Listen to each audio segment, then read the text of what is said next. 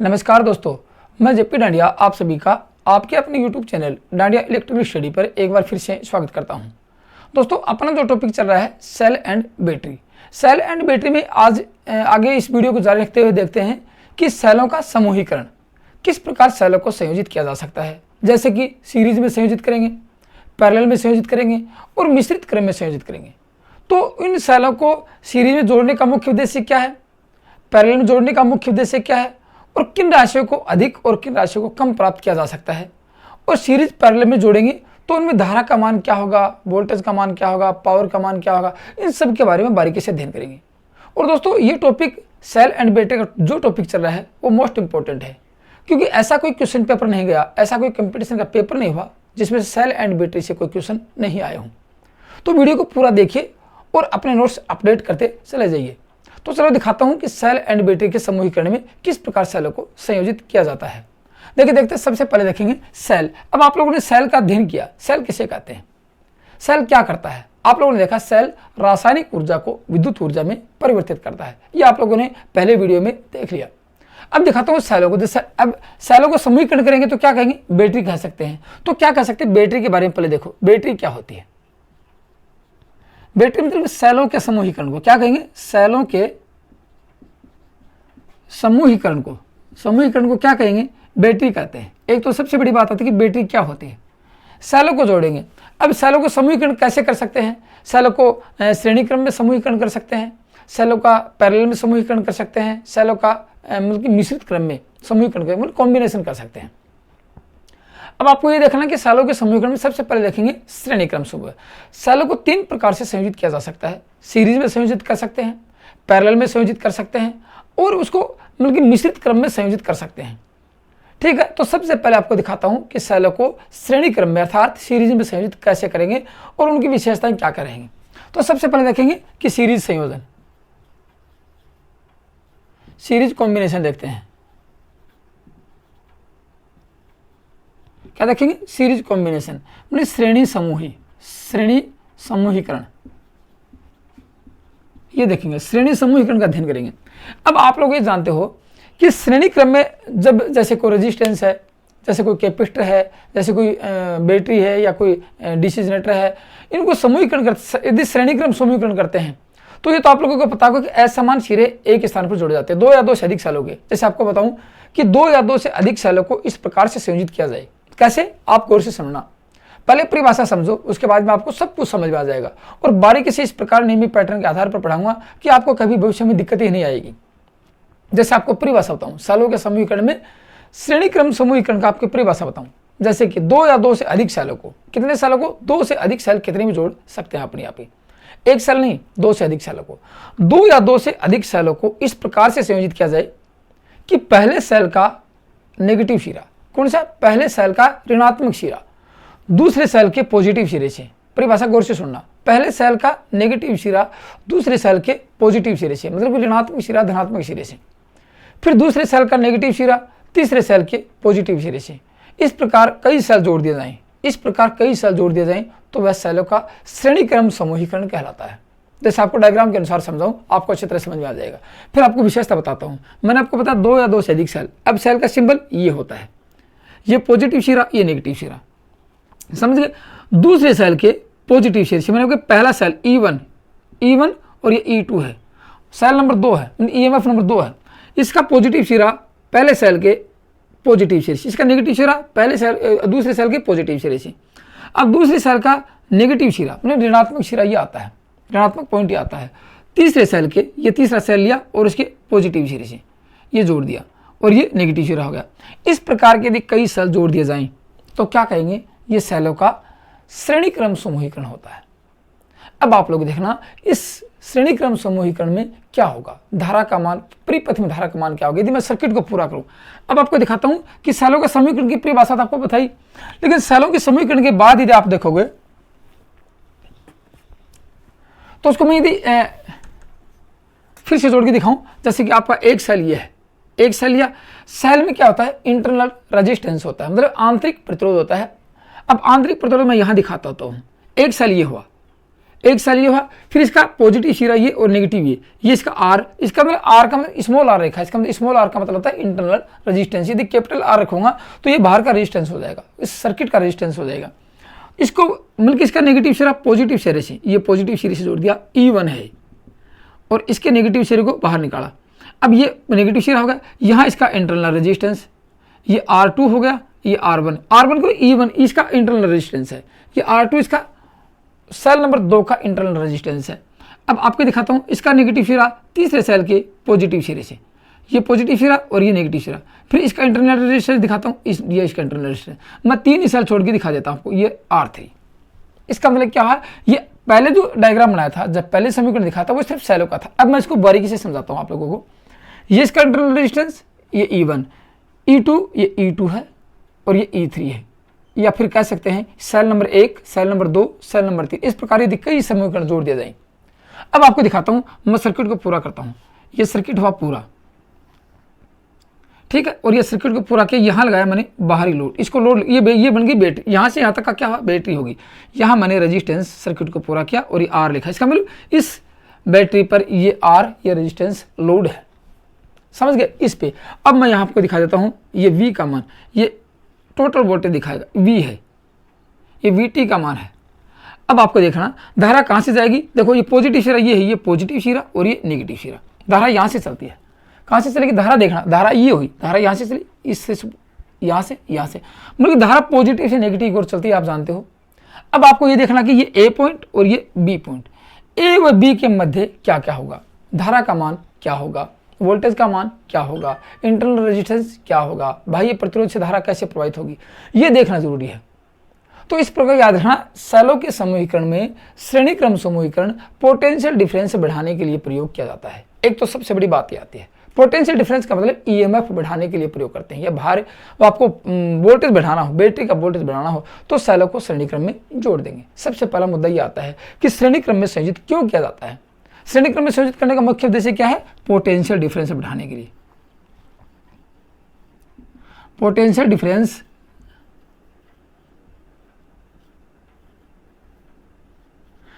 Difference बढ़ाने के लिए, इंक्रीज करने के लिए, इंक्रीमेंट बढ़ाने के लिए। अब आपसे पूछा कि यदि वोल्टेज बढ़ाना है क्या करोगे, सेलों को श्रेणी क्रम में जोड़ देंगे, समझ के बात।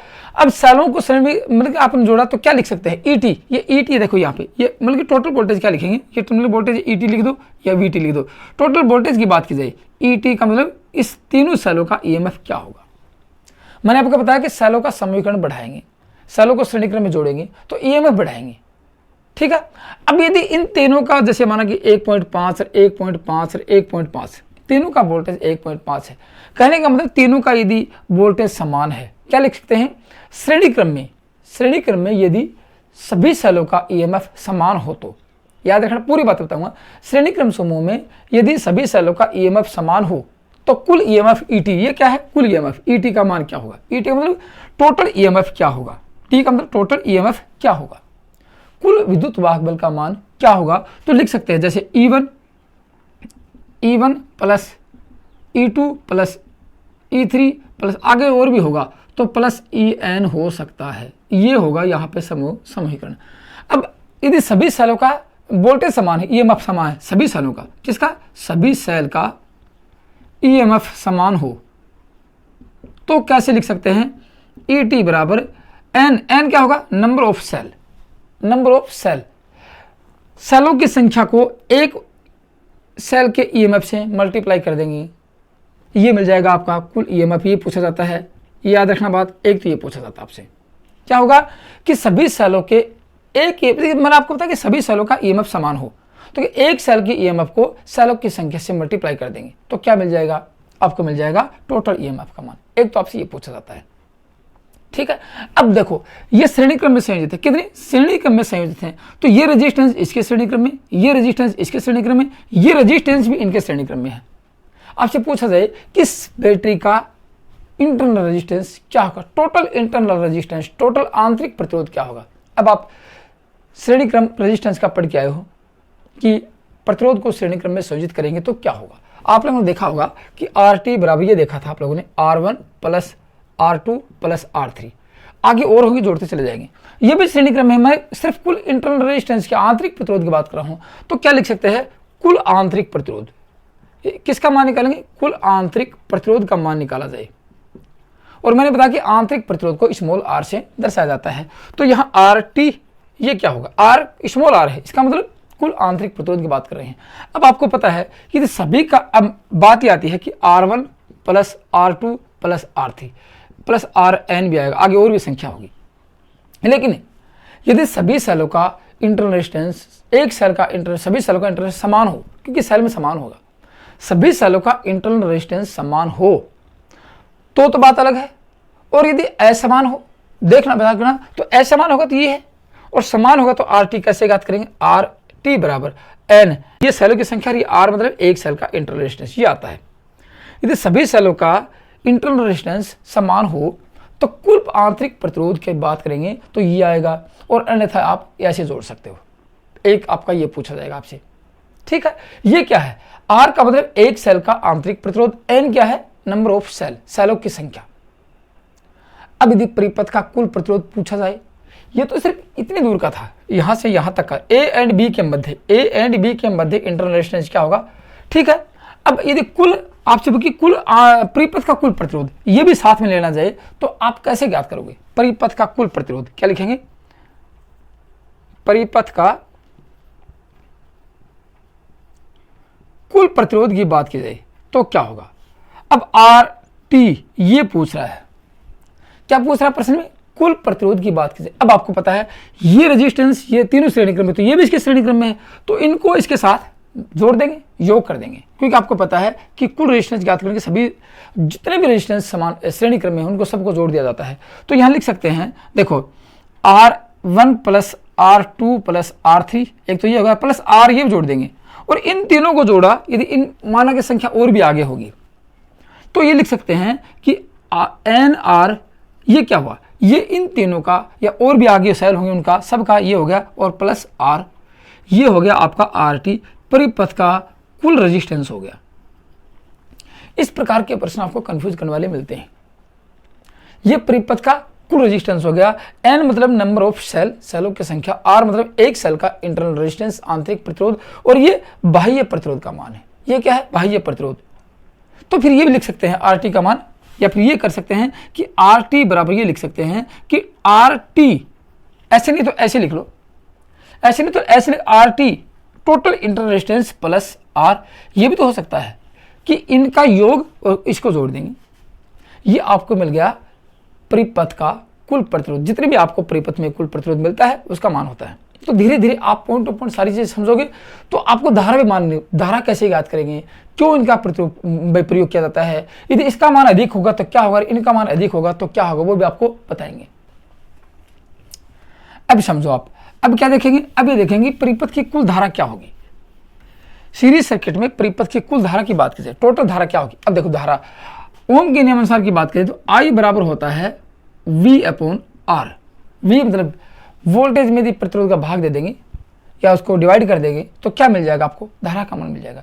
तो यहाँ इस परिपथ की कुल धारा की बात कर रहे हैं, इस परिपथ में धारा का मान क्या होगा। यदि धारा की बात की जाए, इस परिपथ में कुल धारा क्या होगी, यदि ये I है, ये IT का मान है, ये क्या होगा, IT का मान होगा, IT।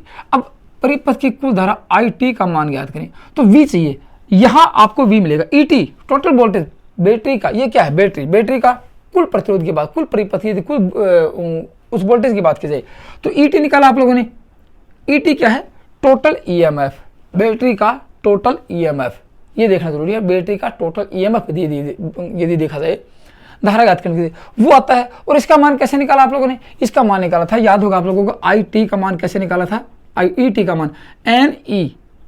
मैंने आपको बताया कि सभी सेलों का यदि EMF समान हो तो नंबर ऑफ सेल और एक सेल का EMF, ये टोटल EMF निकाला था आप लोगों ने। अब इस परिपथ में कुल धारा पूछ रहा है तो कुल प्रतिरोध होगा, और मैंने आपको बताया कि परिपथ का कुल प्रतिरोध कैसे निकाला, ये सामने आपको, या तो RT ऐसे लिख सकते हैं, RT प्लस R, ये हो सकता है। यदि ये नहीं होगा तो आपको मिलेगा NR अपॉन ये प्लस R, ये मिलेगा आप लोगों को, एक ये मिलता है परिपथ की कुल धारा में। समझ गए, धीरे धीरे सारी बातें समझना। ये परिपथ की कुल धारा हुई, लेकिन अब यदि कंडीशन चेंज कर दी जाए, अब यदि कंडीशन चेंज कर दी जाए, क्या कंडीशन करेंगे, इसमें सबसे बड़ा रोल होता है प्रतिरोध का। किसका? प्रतिरोध का रोल है धारा को प्रवाहित करने में, या फिर वोल्टेज को उत्पन्न करने, या वोल्टेज को आपको बाहर मिलने में, वोल्टेज आपको प्रदान करने में किसका रोल होता है? प्रतिरोध का रोल होता है। अब देखो कंडीशन 2 आपको समझ में आएंगी। कंडीशन 2 आपको कैसे समझ में, देखो दोनों कंडीशन आपको अलग अलग मिलेंगी, समझना मेरी बात को।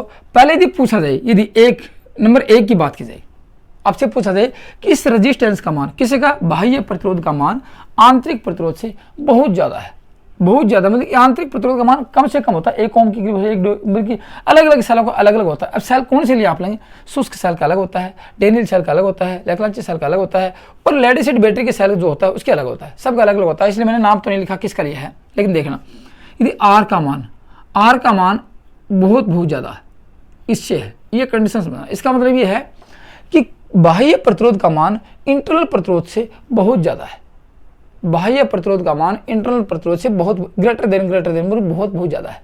कह सकते हैं परिपथ के बाह्य प्रतिरोध का मान आंतरिक प्रतिरोध से बहुत अधिक हो तो क्या होगा, यह देखना जरूरी है, क्योंकि अब आपके क्वेश्चन की कंडीशन चेंज होने वाली है। अब आपको समझना जरूरी है कि क्या होगा। अब देखो इसका मान बहुत, तो ये एक ना के बराबर समझ लेंगे, मतलब कि इस आर को ना के नेगलेक्ट कर देंगे। इसका मान बहुत कम, माना कि इसका मान तो है 100 ओम और इसका मान 1 ओम है, तो 100 के बदले में 1 को नेगलेक्ट मान लेंगे, इसका कोई बड़ा रोल नहीं होगा। तो कह सकते हैं यहां आर को ना के बराबर मान लेंगे, आर को ना के बराबर माना जाता है। आर को ना के, आर को आर इज नेगलेक्ट, क्या होगा, आर को नेगलेक्ट कर देंगे कि आर का कोई स्मॉल आर है, इसमें आंतरिक प्रतिरोध का कोई रोल नहीं है। आर को क्या कर देंगे, आर को नेगलेक्ट कर देंगे। अब बताओ इस आर का अकेले का रोल है, इस आर को इस परिपथ में धारा प्रवाहित करने में बाह्य प्रतिरोध का रोल है। अब क्या लिख सकते हैं, यहां आपको ई मिला तो लिख सकते हैं कुल परिपथ की कुल धारा। अब निकालो परिपथ की कुल धारा, परिपथ की कुल धारा क्या लिखेंगे, ई टी क्या है, टोटल ईएमएफ, बैटरी का टोटल ईएमएफ और अपॉन आर, एक अकेला आर ही है। फिर यार ये लिख सकते हैं, या आपको पता है कि ईटी का मान कैसे निकाला, एन ई अपॉन आर, ये परिपथ की कुल धारा का रोल होगा। याद रखना बात, परिपथ की कुल धारा का रोल ये होगा एम्पियर में। क्या होगा यदि इस प्रतिरोध का मान इससे बहुत ज्यादा हो, इस प्रतिरोध का मान, अब देखो एक तो थी परिपथ की कुल धारा ये और एक परिपथ की कुल धारा ये, दोनों में अंतर है। क्या अंतर है, यहां आंतरिक प्रतिरोध को साथ लिया है और यहां आंतरिक प्रतिरोध को साथ नहीं, क्योंकि इसका मान बहुत ज्यादा है। यदि दोनों में ज्यादा अंतर नहीं होगा तो साथ में लेना पड़ेगा। ये इसका मान बहुत ज्यादा हो तो परिपथ का कुल प्रतिरोध ये भारी प्रतिरोध ज्यादा हो तो इंटरनल को नेगलेक्ट मान लेंगे।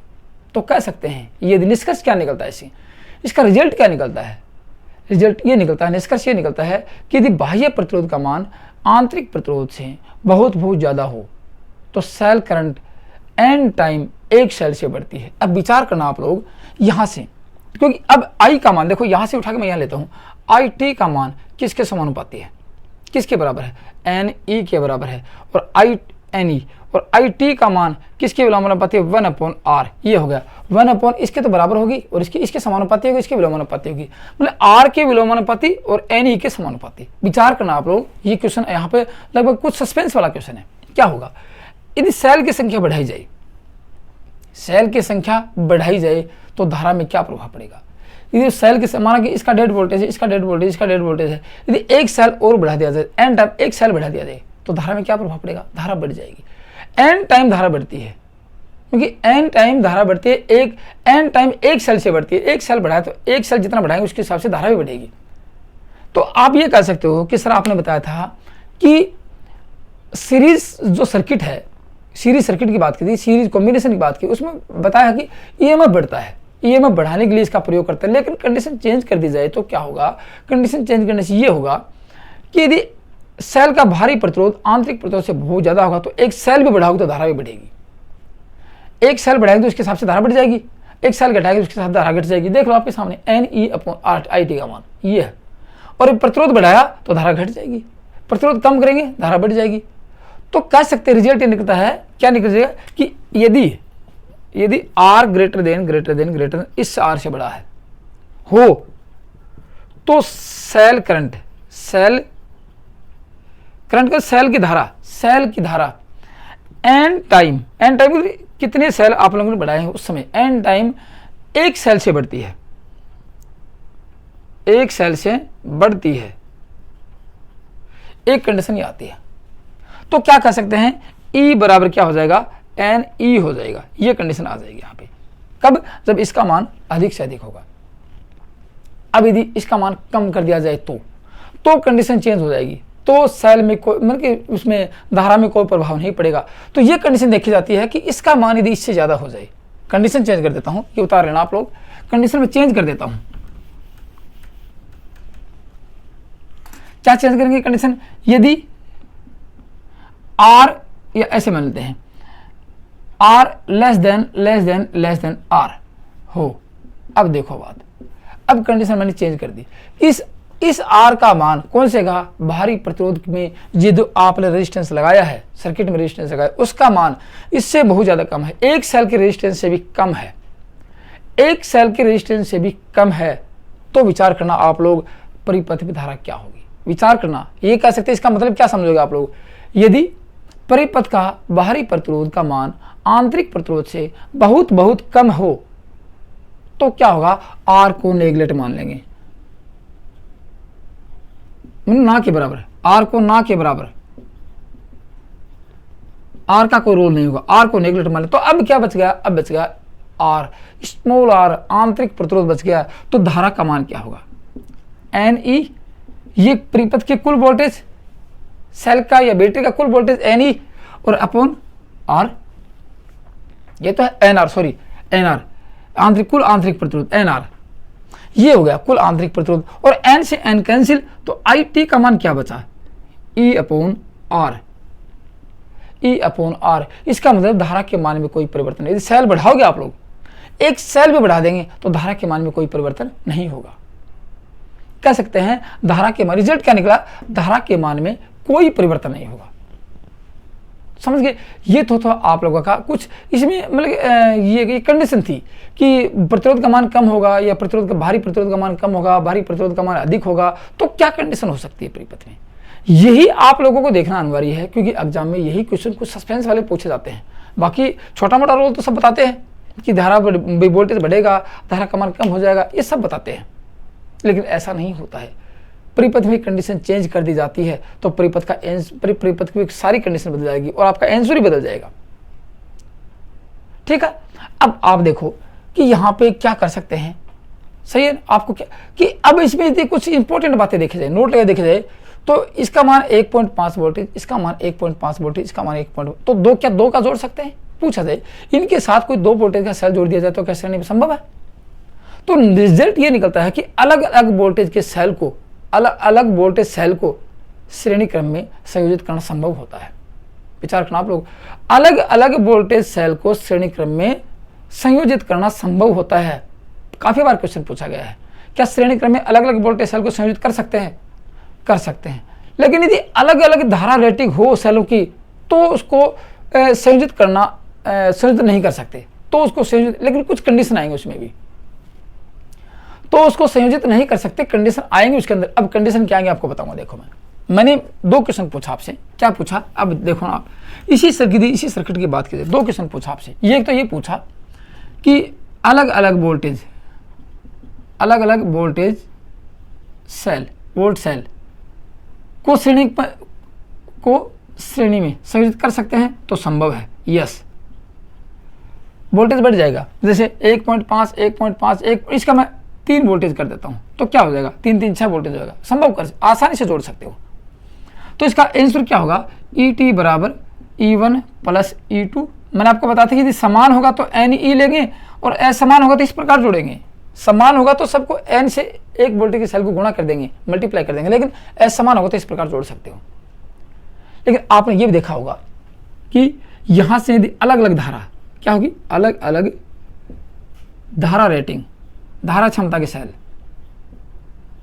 सेल को श्रेणी में संयोजित नहीं कर सकते, क्योंकि माना कि इसकी धारा 2 एम्पियर है रेटिंग, इसकी 3 एम्पियर रेटिंग है और इसकी 1.5 एम्पियर रेटिंग है। विचार करना आप लोग, आपको ये तो पता होगा कि श्रेणी में धारा का मान समान होता है, लेकिन यहाँ धारा तो अलग अलग दे रहे हैं, तो क्या होगा, ये सेल इसको चार्ज करेगा, ये सेल इसको मतलब कि ये होगा कि अलग अलग रेटिंग, तो एक सेल डिस होगा, एक सेल की रेटिंग दूसरे सेल के बराबर होगी। तो यहाँ पे इस प्रकार को संयोजित करना असंभव होता है, लेकिन कंडीशन कुछ अलग होगी। आपसे पूछा है क्या संयोजित कर सकते हैं? पहली बात तो संयोजित नहीं कर सकते, 90% संयोजित नहीं कर सकते, लेकिन कंडीशन आती है कि संयोजित कब कर सकते हैं, उसको देखना अनिवार्य है। संयोजित कब कर सकते हैं? तो आपको बताऊं कि अलग अलग रेटिंग सेल, अलग अलग रेटिंग के सेलों को, धारा रेटिंग के सेलों को श्रेणी में संयोजित कर सकते हैं, लेकिन कुछ स्थिति में, सामान्य स्थिति में नहीं, कुछ स्थिति में। कैसे? आपसे पूछा जाए कैसे, ये इसका उत्तर आता नो, लेकिन कर सकते हैं। कैसे? अब कैसे पूछा जाए? कर सकते हैं कैसे? जब लोड करंट का मान, कंडीशन क्या होगी? जब लोड करंट का मान 2 एम्पीयर से अधिक न हो, तब उसको संयोजित कर सकते हो। याद करना, लोड करंट कितना होगा? लोड करंट का मतलब ये धारा 2 एम्पीयर से अधिक न हो। लोड धारा 2 एम्पीयर से अधिक मतलब ज्यादा न हो, ज्यादा नहीं हो, तो आप अलग अलग रेटिंग के सेलों को श्रेणी क्रम में संयोजित कर सकते हो। यही सबसे बड़ा मुद्दा आता है, समझ गए? अब यदि आप विचार कीजिए, एक प्रश्न और पूछा जाए आपसे, क्या अलग अलग ध्रुवता, विपरीत ध्रुवता के सेलों को श्रेणी क्रम में संयोजित कर सकते हैं? ना, नहीं कर सकते। माना कि मैंने आपको बताया कि श्रेणी क्रम ये है, अब मैं यहाँ पॉजिटिव नेगेटिव लगा दूं, यहाँ पॉजिटिव नहीं, यदि आप कर भी दोगे तो क्या होगा? यदि अलग सेलों को श्रेणी क्रम में संयोजित किया, प्रश्न पूछा जाए अलग अलग ध्रुवता के सेलों को या अलग विपरीत ध्रुवता को, यदि सेलों में सेल की ध्रुवता विपरीत हो, यदि श्रेणी क्रम समूह में सेल की ध्रुवता विपरीत हो, तो क्या होगा? एक तो सेल की ध्रुवता सही हो, समान हो। अब मैंने आपको बताया, ये देखो समान, और ये समान थी, और सेल की ध्रुवता विपरीत हो, मतलब पोलरिटी अलग अलग हो, तो क्या होगा? कुल ईएमएफ का मान कम हो जाएगा। याद रखना बात, एक कंडीशन आती है, कुल ईएमएफ का मान, ईटी का मान क्या होगा? कम हो जाएगा, ईटी का मान घटेगा, कम हो जाएगा। कब? जब ध्रुवता अलग अलग होती है। लिखना, जब सेल श्रेणी क्रम समूह में सेलों की ध्रुवता अलग हो, तो कुल ईएमएफ का मान कम हो जाएगा। जैसे आपको बताऊं, यदि किरचॉफ का नियम लगाएं, यहाँ पे आप विचार कीजिएगा, किरचॉफ का नियम लगाएं। देखो यहाँ पे मैं इस सेल की ध्रुवता अलग कर दी, तो पहले कितना था? पहले ये 3 है, देखो पहले आपको पता कि 3 वोल्टेज, ये 3 वोल्टेज, ये 3 तो 6, कुल मिला के क्या हो गया? 6 वोल्टेज हो गया।